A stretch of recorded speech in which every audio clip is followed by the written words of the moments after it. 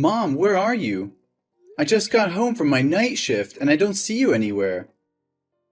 You don't normally get up this early, do you? Huh? Who's that? Mom, are you okay? It's me, Calvin, your son. Calvin? Oh, Calvin, my dearest baby. Why are you texting me now? Shouldn't you be going to school now? Mom, I finished high school a week ago. I only need to attend the graduation ceremony in the next few days, so there's no need to go to school anymore. Oh, I see. Why are you texting me now? Shouldn't you be going to school now? Mom, you just asked the same question and I just answered it. Are you sure you're really okay? Oh, really? I just didn't pay much attention. I think I'm still not fully awake. Then why are you texting me? I just wanted to ask where you are. What do you mean you're not awake? Are you hanging out with some friends you made recently and getting drunk again? Well, it's almost the same thing. Mom, are you drinking on an empty stomach again? Seriously, I haven't seen you eat anything lately. The dinner I prepared you last night before going to work is still on the table. Oh, I'm fine. It's just that I don't feel very hungry these days. It looks like you haven't showered for a few days, have you? I just collected the dirty clothes in the bathroom to wash. But I didn't see any of your dirty clothes. And you've been wearing the same clothes for the past 3 days. Are you really okay? Ugh, I'm losing my patience with you, Cal. Quit nagging me. Worry about yourself, Calvin. I told you, I'm fine. Calm down. I'm just asking if you're all right. It's impossible to have a conversation with you. Well, good, because I don't feel like talking. But really, Mom, you have to take care of yourself. What you're doing is very unhealthy. Why are you acting like my parent? I'm the parent here. Well, obviously the roles have changed. I'm taking care of you now. Nobody asked you to take care of me. You're not the man of this house. You're just a kid. Okay, I'm graduating and turning 18. I'm the only man in this house since my dad passed away 5 years ago in a hit and run. It carries some weight. Look, I'm just trying to help out. Oh, I feel so free. And I love my kid. Okay, since we're talking about school, are you still coming on next Friday? For what? Calvin, you're messing up my chill. God, it's annoying. The message alarm just keeps ringing. For my high school commencement. Well, I don't know. I'll try. I might be busy though. I might. It's the ceremony for my high school graduation. I have to give my valedictorian speech because I'm the honor student receiving a scholarship from a top university. Ugh, Calvin, seriously, it's not a big deal. What's the problem? This is a big deal! Mom, what's wrong with you? You were just excitedly talking about, oh, my baby's graduating 1 week ago. Now it's not a big deal with you anymore? Okay. Whatever you want. We'll talk about this after you get home. By the way, I just got my salary from my part-time job today. So I've saved up enough money to pay my tuition fees for the first year and still have some left over. So tonight, we're going out for a meal to celebrate. I'll treat. Oh, the college money thing? I was gonna talk to you about that too. Oh, you don't have to worry. I've already saved enough money. Next year, I'll continue working part-time to earn more money for the next year's tuition. You don't need to worry about that. Oh my God, Mom, where's all my money? I just checked my money box and it's empty. What happened? Is there a thief in the house? No, the room was immaculate with no signs of rummaging. It's like the person who took the money knew exactly where I hid it and went straight for it. Mom, it was you, right? What? How could you suspect me? Why not one of your friends or somebody else? Come on, Mom. I haven't told anyone about saving this money except you. I've never brought friends home, so how would they know where I hid the money? The digital password on the money box shows no signs of tampering, and the password is a special sequence of numbers between you and me. Only the two of us know it. Fine, it was me, but you shouldn't doubt your own mother, Cal. What? Did you spend my money without even consulting me? Do you realize that's the money I've been saving for 3 long years? I had to work 2 or 3 part-time jobs during the holidays and even take on night shifts. Even during the school term, I worked as a babysitter or gardener for the neighbors just to save every penny. I know our family's financial situation isn't good, so I worked tirelessly to save that money for college without burdening you. But now, why did you take all that money? Oh, baby, I know how hard you've worked. But you see, I just got laid off by my company and I'm unemployed now. Yesterday, one of my friends introduced me to a highly lucrative job opportunity. But since I didn't have any money saved, I borrowed from you temporarily to invest. What? You took all of my hard-earned $8,000 to invest in a job based on a promise from a friend you've only known for a few days? How could you do that? What is that job? How can you be so sure it will be profitable? Are you sure they're not trying to deceive you? Oh, don't you worry. I've been through this job before. You can trust me. Within just 1 month, the money I borrowed from you will be returned and multiplied many times over. It'll be more than enough to cover your tuition fees for all 4 years of university. We won't have to worry about finances anymore. What? How can any job generate that much money in such a short time? Are you absolutely certain they didn't mention those figures just to deceive you? Don't worry. I swear on everything I hold dear, this job will transform our lives. But right now I have to go and secure the merchandise. We'll talk about it later. Mom, slow down. We need to think this through before jumping in. This is our last remaining savings. Mom, please answer me. Don't make impulsive decisions that could ruin us.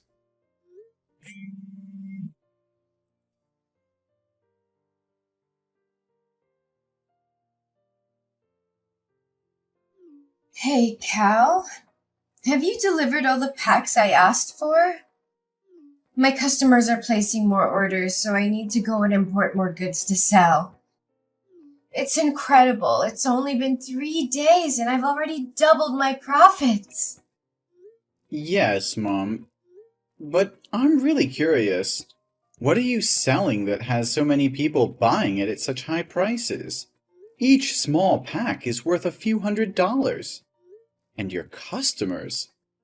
They make me really worried. I see students, elderly individuals, and even some rough-looking people with tattoos. Mom, why can't you tell me what you're selling? Since the day you started this business, you've always locked your room and never let me in. Isn't the packaging on the outside of the packs clear enough? Doesn't it say tonic for the soul? You can read, right, Cal? It's just something that brings happiness, comfort, and an escape from the harsh reality.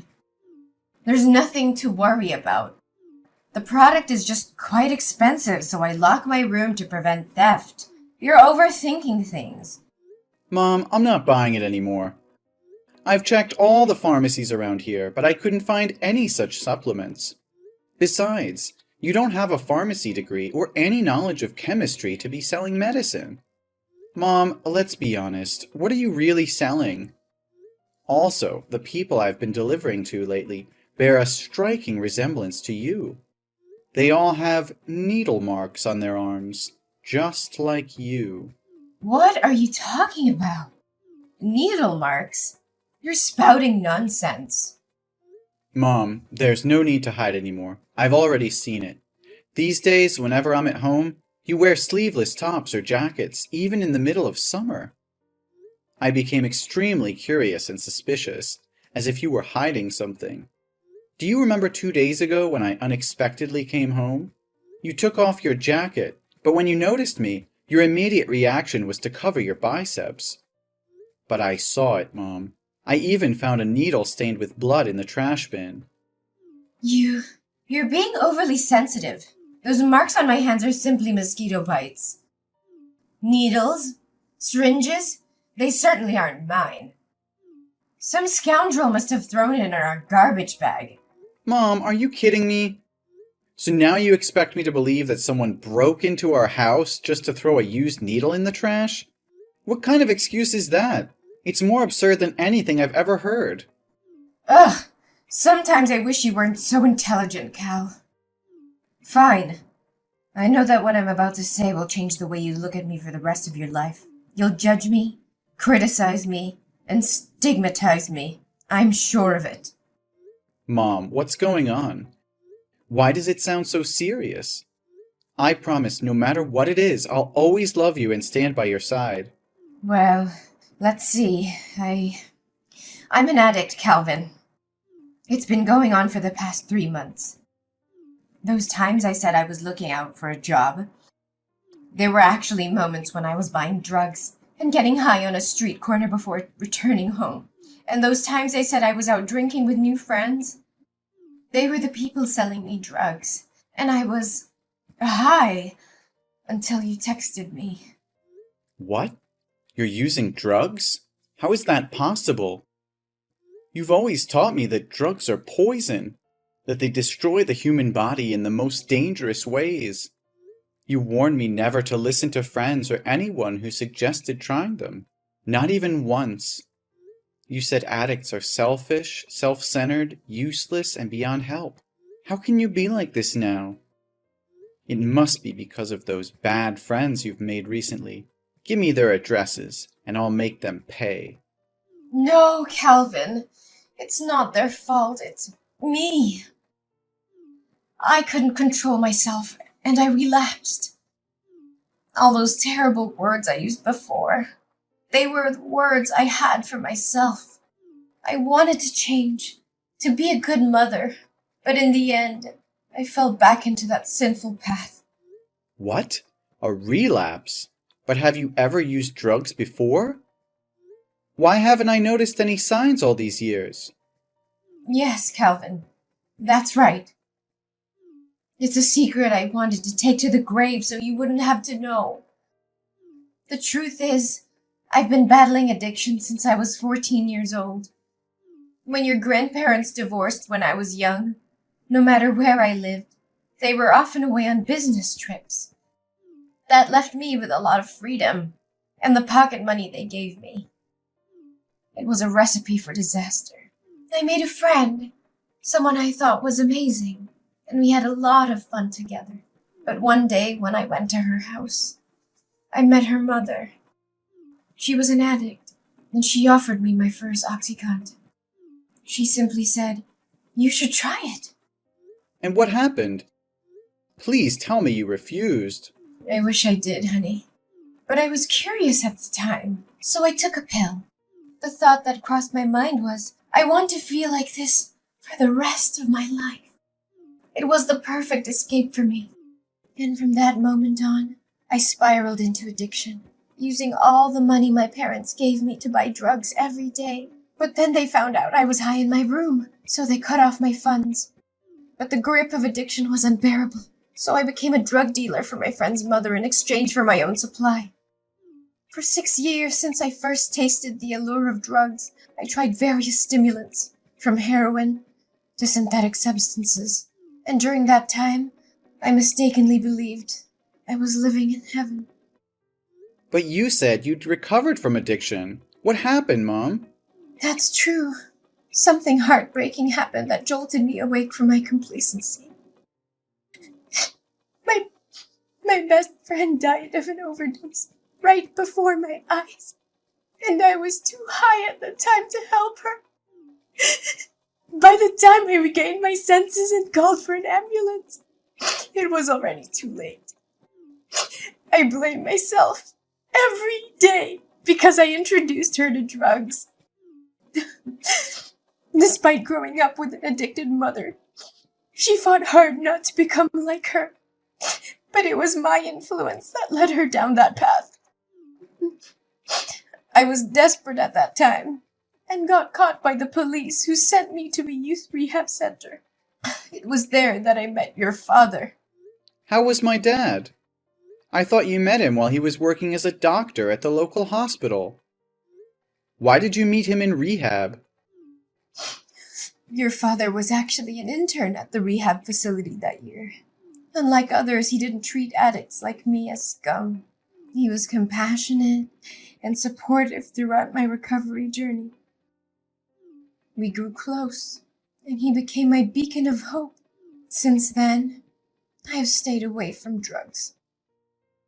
So why, after almost 18 years of being clean, did you fall back into addiction?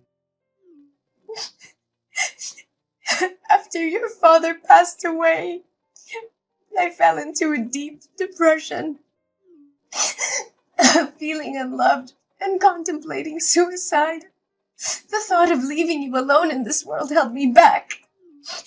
The pressure of making money and the constant feeling of failure as I couldn't achieve financial success left me exhausted. Finally, being fired from my job was the last straw, and I completely fell apart. Why didn't you tell me all of this earlier? I foolishly believed that everything was fine. Don't blame yourself, honey. It's not your fault. It's my own incompetence. I was so consumed by grief that I went to a bar to drown my sorrows, and there I happened to encounter the mother of my late best friend. She approached me, and I, being foolish, disclosed my situation to her. She manipulated me once again into selling drugs in this area. Initially, I hesitated, but she both seduced and threatened me. She said if I didn't become a drug dealer again, she would come to you and expose all my embarrassing past. And the allure of making a lot of money convinced me to give in to her offer. What? Please don't tell me. Inside those packs are drugs. Mom, that's illegal. I even helped you deliver them today. Not only will you end up breaking the law and going to jail, but I could also get caught, and it would ruin my future. Oh, don't worry, honey. They won't arrest you. You're still just a kid, and they didn't arrest me back in the day. You were just helping me with the deliveries today. If the police found out, just say you didn't know anything. Mom, I'm 18 years old.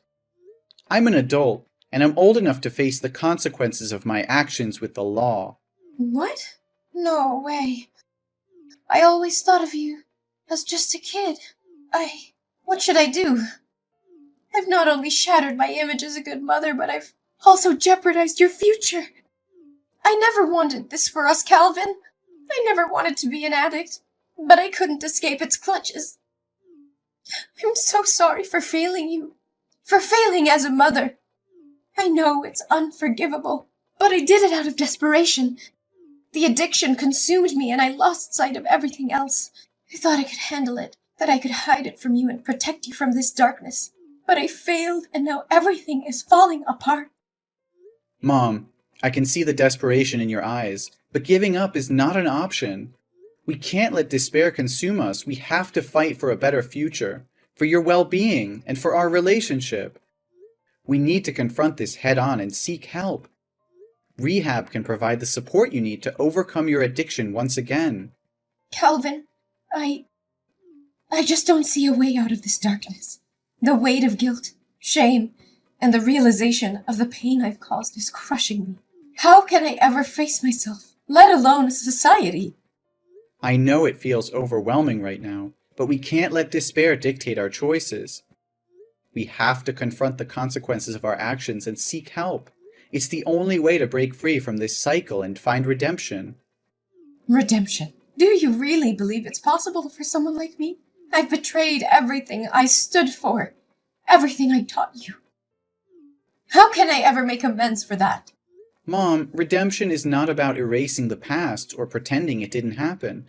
It's about acknowledging our mistakes, taking responsibility, and committing to change. It won't be easy, and there will be obstacles along the way, but it's a journey worth taking. But what about society? They will never forgive me. They will always see me as an addict, a failure, a burden to society. They view us as criminals, as failures. Even if I go to rehab, who will hire me afterwards? Who will give me a chance? I'll be forever labeled as an addict. How can I face their judgment, their scorn? Society can be harsh, Mom, but there are also compassionate people who understand the struggles of addiction. Besides, you still have me. I'll always be here and accompany you like my father did with you. We can find a path where you can heal and rebuild your life without constantly living in fear of judgment. I want to believe, Calvin. I want to believe that there's still hope for me, for us. I'll try. For you. For our future. Please help me find the way out of this despair. Mom, that's all I could ever ask for. Together, we'll find the help you need, the support you deserve.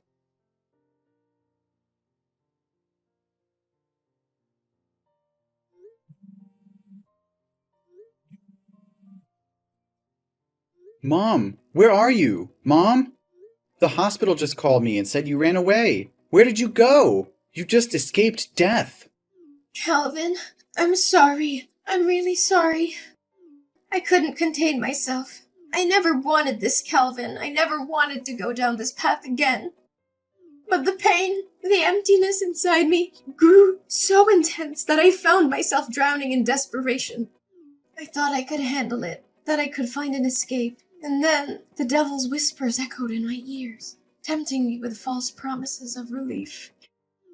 Why don't you just let me die of an overdose? Why are you trying to save my life? And now I have to live in humiliation. I don't dare see you again. Mom, please don't say that. Don't give up on yourself. I can't bear the thought of losing you. I'm scared, Mom. Scared of what might happen if I can't find you in time. You have no idea how scared I was yesterday morning. I was getting ready to go to school for the graduation ceremony when I heard a loud noise coming from your room. I felt so nervous, so I opened the door to check. The scene I witnessed still haunts me. You were lying on the ground with a needle in your lap, covered in vomit and foaming at the mouth. Your whole body was twitching, and it seemed like you'd passed out. I was terrified and immediately called 911. If I had left even a little bit earlier that day... Calvin, I'm so sorry for putting you through all this pain. I never wanted to hurt you. The depths of my despair consumed me, clouding my judgment and blinding me to the love and support you've given me. Mom, you're not alone in this.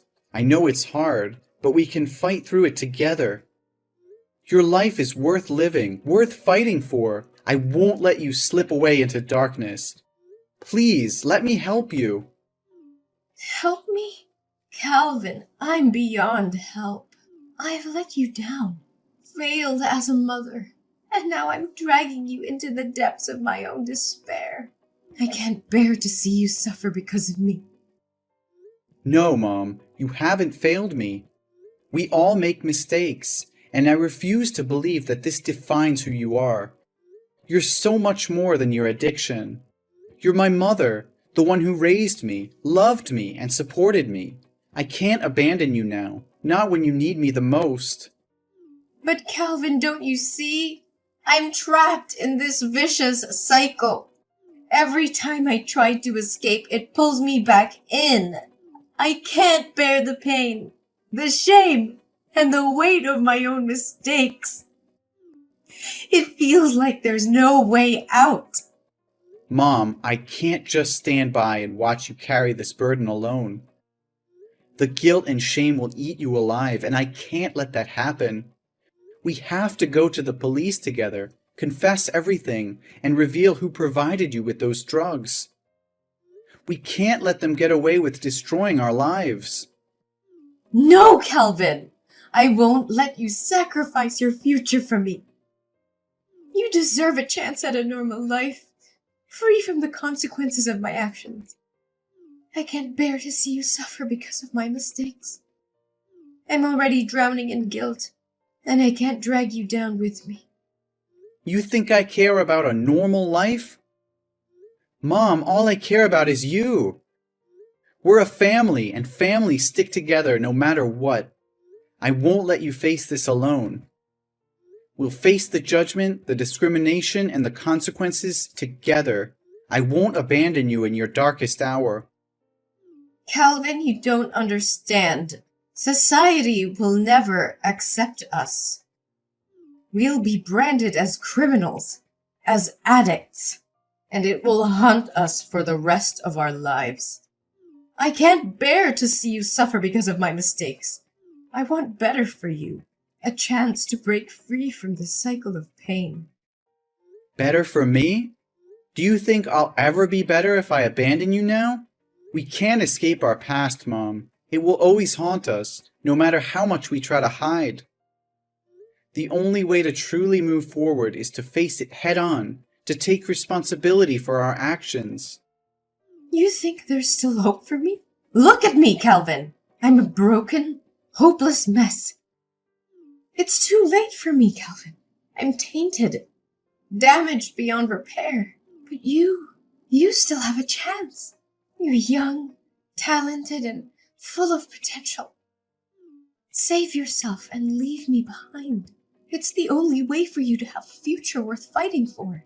I'd rather face the consequences alone, no matter how severe they may be. No, Mom, I won't leave you behind. We're in this together through thick and thin.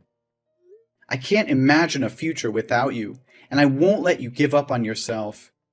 We'll face the world together, and we'll prove them wrong. We'll show them that love and support can conquer even the darkest of times. Just come back to the hospital, okay? After you completely recover, we'll go to the police station together. I'm terrified, Calvin. Terrified of the unknown, of what lies ahead of us.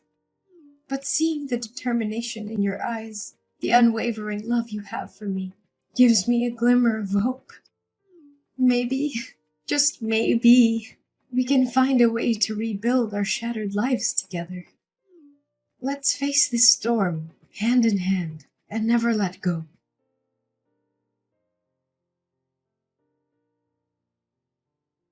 After a long and arduous legal process, Mom was sentenced to 7 years in jail for her involvement in illegal drug trafficking. It was a heavy blow to both her and me, knowing they would be separated for such a long time.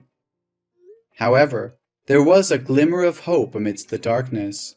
During the trial, Mom made a courageous decision.